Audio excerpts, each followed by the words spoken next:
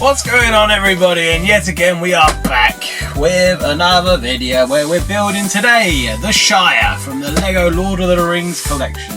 This is going to be my first ever Lord of the Rings Lego video, so I hope you enjoy anyway.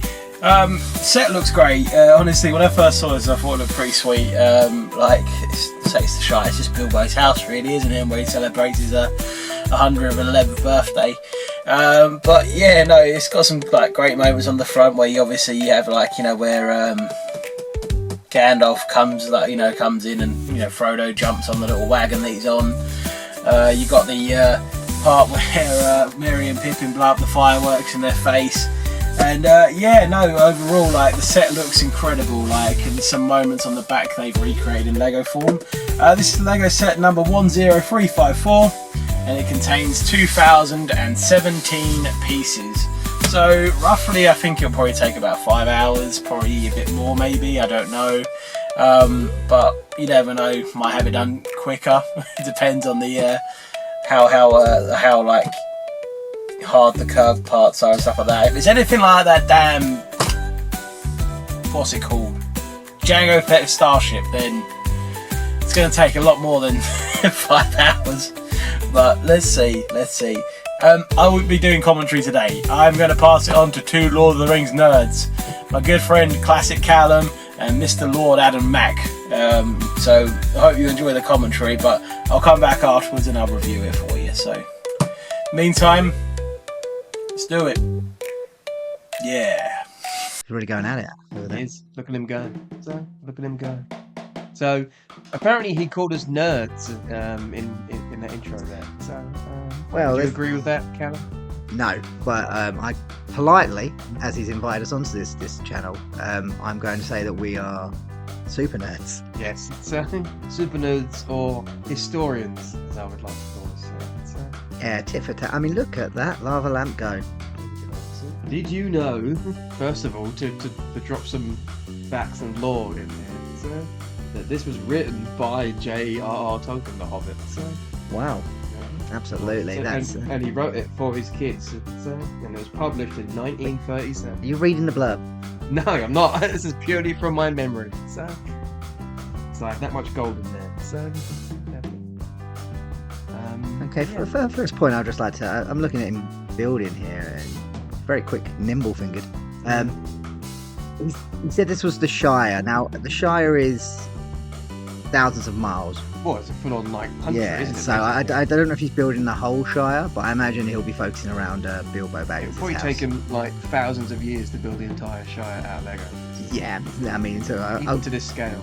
So we'll send a letter to Lego, make them correctly named. We can complain. Yeah, I'm sure they've had many already. So from many super nerd fans / historians. So. Can I just say one of my favourite quotes from the Hobbit book that I have here with me? Oh, absolutely. It's just, Bilbo's yell had done that much good. It had wakened him up wide in a splintered second, and when the goblins came to grab him, there was a terrific flash like lightning in the cave, a smell like gunpowder, and several of them fell dead. Your quote. Pretty magical, yeah. You delivered that with all of the personality of the cave troll. So thank you. So, how dare you? How dare you, Callum? We're here to collaborate on this, wonderful video that we've been invited on, and all you can do is throw out minor insults. Yeah, I'll collaborate with you when Smaug gives up some of his gold. Whoa. So I can't see that happening. So, let's see. Matt seems he's pretty expert at Lego now, but he certainly's got the focus of a certain golem when trying to get the ring. He has got that. It looks like he hasn't washed today, so well, that's very nice, isn't it? He's done nothing but build Lego continuously. That's why I respect him. I would say he's more in his Smeagol stage at this point. He's a Torvish Hobbit stage. Yeah, so keep tuned to the channel. Subscribe, and maybe you'll see him wearing less and less clothing, and becoming more and more deranged. Yes, as he continues to build my precious. But we're talking about the Hobbit here and the Shire, not Lord of the Rings. Yeah, so chuck out some more Shire facts. Obviously, the the Shire was given to the hobbits by the kings of Eredor and Gondor after they basically it was a big plague and they couldn't really man it, and the hobbits helped them fight off people. So they gave them that, and then they love to garden in the Shire. They do love to garden. Yeah. So, I have a query for you as well, Callum. What is your view on the sacking of the Shire? Well, I don't think he deserved it. I thought he had a good scene. What? Sorry. I mean,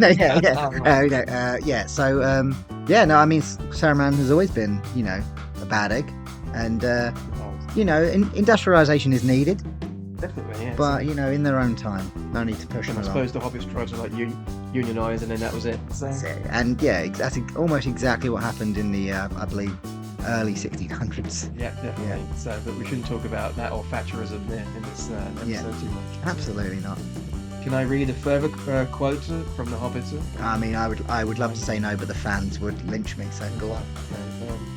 But men remembered little of all of that, though some still sang old songs of the dwarf kings of the mountain, Thor and Freyne of the race of Durin, and of the coming of the dragon, and the fall of the lords of the Dale. Stunning. Yeah, absolutely beautiful. Matt looks like he's putting the finishing touches to the inside of Bag End. Ooh, nice, the inside. Which obviously famously is where Frodo and Bilbo lived. What's your favourite part of the inside of Bag End? I would say the pantry. Pantry's good. Lovely pantry, actually. Really, really well built. When those pesky dwarves came in and cleaned out Bilbo's pantry, when they came to kidnap him for their journey. An unexpected journey. What an unexpected journey. Yeah. What a magical journey it was. Like the magical journey we're going on now while watching Matt build this lovely set. So. Absolutely. I mean, there is a small bet going on that Matt will get it done in under 15 minutes. I can't see that happening. I mean, yeah. He's very professional at this. It's also in real time. Like he's really going at it. Yeah. I mean, the fact that he's doing this while we're both watching it is also impressive. High pressure. No distractions. This is live. Absolutely. He's doing well. He is actually this fast, by the way. As we said, very nimble fingers while he's in his Smeagol stage. Maybe he'll move on to Baldur.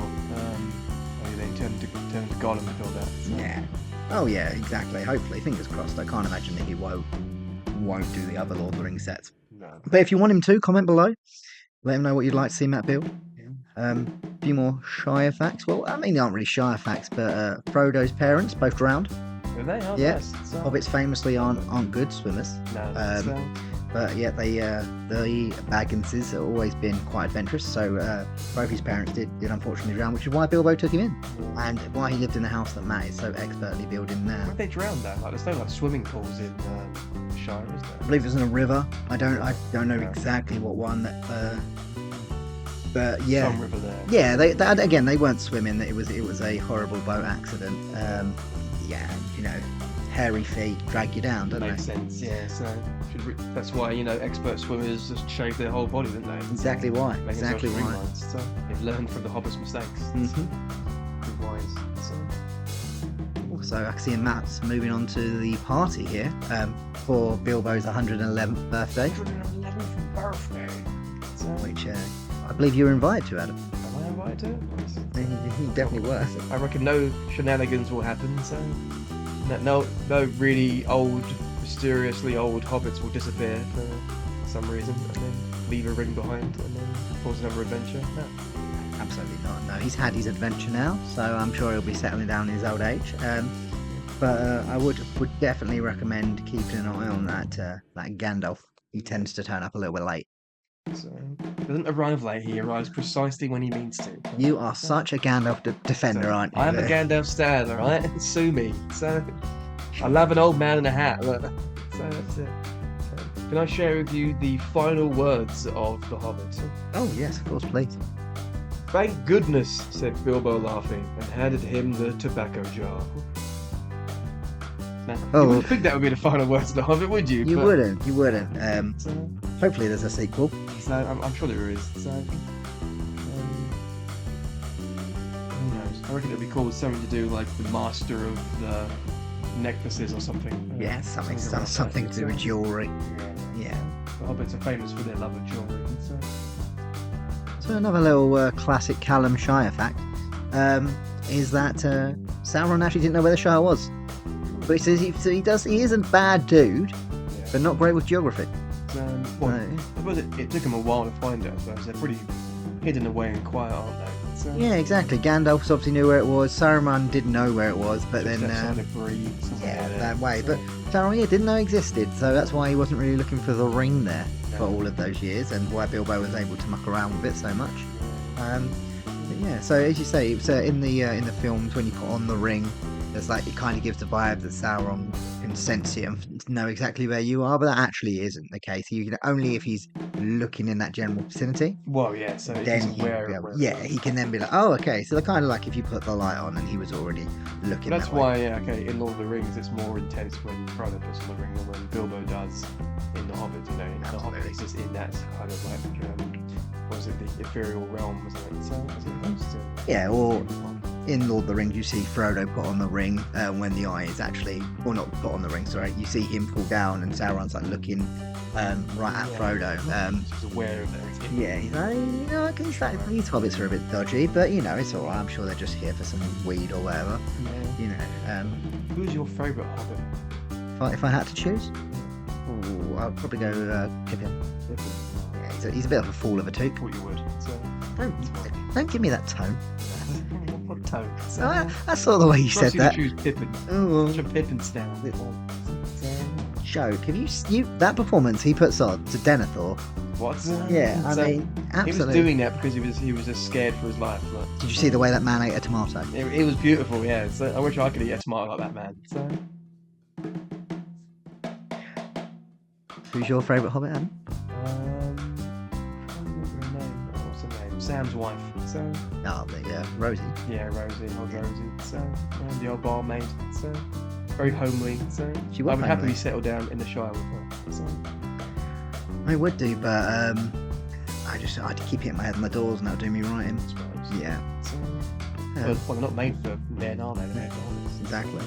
Another classic Calum fact for you as we're rounding this up. You're full of these facts. I'm full of these facts. If you watch the Lord of the Rings films, Gandalf will hit his head in the first film while in Bag End. Obviously, the map on the chandelier, isn't it? Or is it on I believe it's on the door frame. He does then walk into the chandelier, but that wasn't actually meant to happen. That was just an accident, and he decided to keep it in.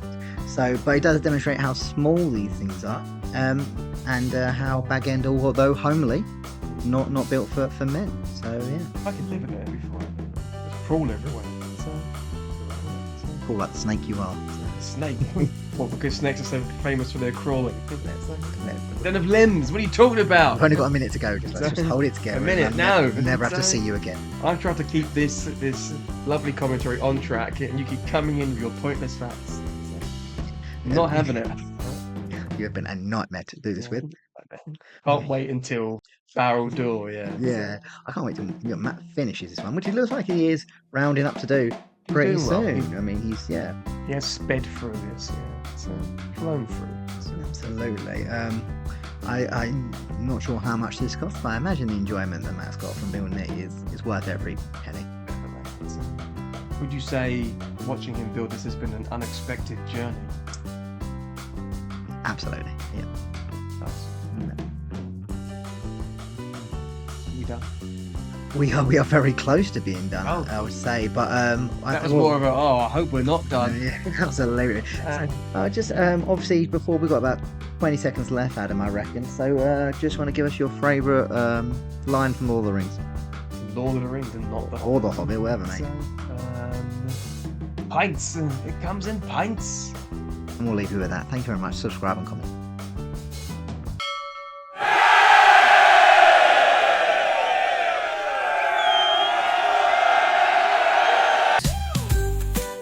So, here's the sad news, you've got me back. But thank you very much to the lads. They absolutely aced that commentary. I wouldn't have been able to do it, but here is the Shire in full anyway, or Hobbiton, or the Hobbit House, whatever you want to call it. It is here right now. So, it looks absolutely beautiful, and as you can see, the door has the opening feature, so even better, It's very detailed, and obviously got a lot of moss and trees and plants around it. It looks absolutely fantastic.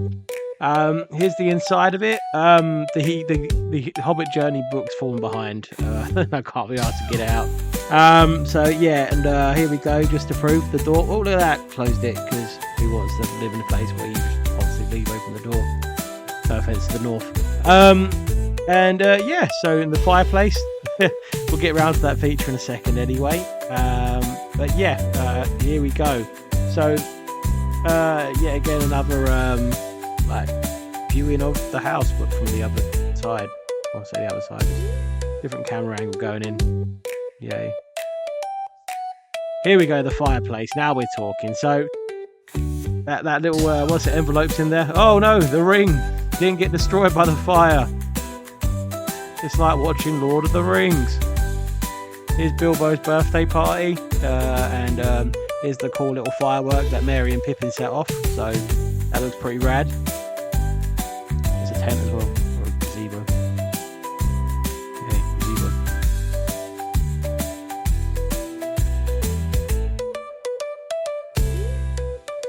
Finally, here is Bilbo. There he is, and oh no, where is he gone? Magic. Good news, he's back. So here are all the minifigures. All of them, I do believe, have got two different face prints. Here's like the ones without Mary and Pippin, because their ones are quite unique. So yeah, they all look great. Here we go. There they are. The special like Mary and Pippin face head, like heads or whatever. And there's a nice little feature of Gandalf and Frodo. You can put them both on a little horse and carriage together. Looks ace. So here is the Shire in full completion mode. This is a really cool set. It's really cute as well. Like, I've seen every single Lord of the Rings film, and they're amazing.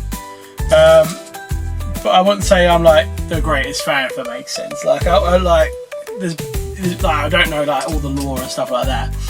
But what I do know is basically about like the Shire, or the set anyway. This is like the start of the Fellowship of the Ring, and look at it. It's just like it's just every bit of detail about it. It's just insane, like how much they've done, and like for a Lego as well, it's actually quite a decent price. You've obviously got the start as well with like Gandalf and Frodo, and you've got like fireworks in the back here, like Mary and Pippin when they set off that firework, and yeah, it basically says it all. The gazebo's a bit small. Wish for that to be a bit bigger, like, but it is what it is. But overall, but it's such a good set. Like, usually I'm a bit biased towards like more of the things I like, and I'll give them higher ratings. But this has to be a 5,000. Just look at it, like the door, and like just. There's even a little part with the fireplace. Like, obviously you've seen the videos, you know, but I just can't believe it. Like, it was a nice simple build as well, just like, you know, how you expect a Shire to be, peaceful, nice. It worked, and here we are at completion. So is Bilbo. Where did he go? But anyway, thank you very much for, like, you know, watching the video again today, and I hope, you know, this might inspire you to buy your own Shire. Like I said, it's really nice. It's such a little sweet build, and hopefully, you know, we see you all in the next one. So just always remember, I'm Matty HH, and always remember to stay. Thank you very much. See you in the next one. Welcome to Matty HH's Lego Reviews.